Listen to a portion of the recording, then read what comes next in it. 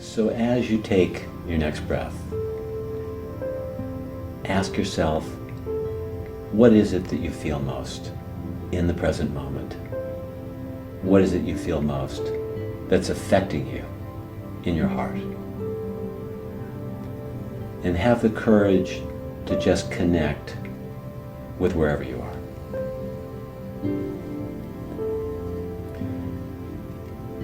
And let that encouragement be a permanent seed for the rest of your life. Have the courage to just connect with wherever you are in your innermost world. And as you are able to access your most important one feeling, as simple as you can be, ask yourself the question, what is it that I actually need if my feeling state is not joyous or happy or fulfilled, and I'm in any kind of feeling state, like sadness or anxiety, frustration, impatience, defensiveness, dullness. What is it that I actually need to be able to support myself? And appreciate the fact that you're interested in caring for yourself. And recognize that if you don't take an interest in caring for yourself and asking for what you need, who's going to? Who's really going to be the perfect mommy and daddy or the perfect guide if you don't take a great interest? So let that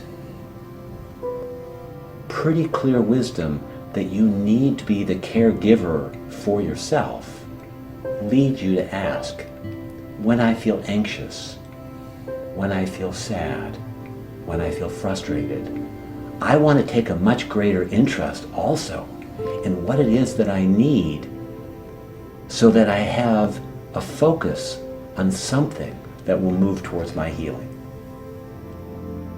So when I feel sad, what is it that will make me have a chance of being more happy? When I feel frightened, what is it that will give me a greater chance of being courageous or safe? When I feel irritable, what will allow me to have a chance of being more peaceful? Now sometimes, for example, it might be that when you're irritable, it might help just to acknowledge that you're irritable and that you're trying to find a way to be more peaceful. At other times, it might be better just to lie down and put your hand on your heart.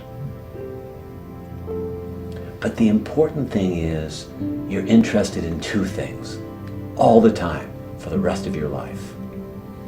What is it that I feel? What's my feeling state that is most impacting me now and today? And what is it that I need? Recognize that you have the capacity to be dedicated and to increase that dedication, to be the caregiver of yourself. And that, yes, being aware of your feelings, that's going to take you part of the way. And being aware of what your needs are is going to even bring you a step further. So what I'm talking about and what you're looking at for needs are needs like being understood, like receiving tenderness, like receiving empathy, like just being listened to, kindness, peace, and just having a great interest in what it is that you need is such an important key. And recognize that the tone in which you ask yourself, what is it that I need? The tone of the one that's asking you that question, hopefully, is a tone that is taking care of some of your needs. That you ask in a tone that is empathic. That you ask in a tone that has some caring. And that you get a chance to be aware of this and to practice this for the rest of your life. And when you don't know what you need, and it's totally unclear, recognize that you need to discover what you need. And that's a perfectly legitimate place to be. And probably more often than not, that's where you will be. And see if you can just let yourself be at peace that I don't know what I need.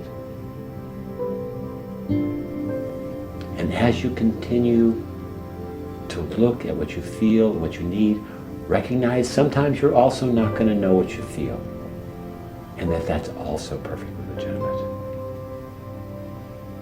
So no matter what your awareness is of what you feel and what you need, just give yourself as permanent as possible an encouragement. I would like to be in touch with, I'd like to be interested in what my innermost experience is from a kind place, and I'd like to be interested in what I need. And just be appreciative that this wisdom, this guidance, and your life have come to the same place where you're ready to hear this message.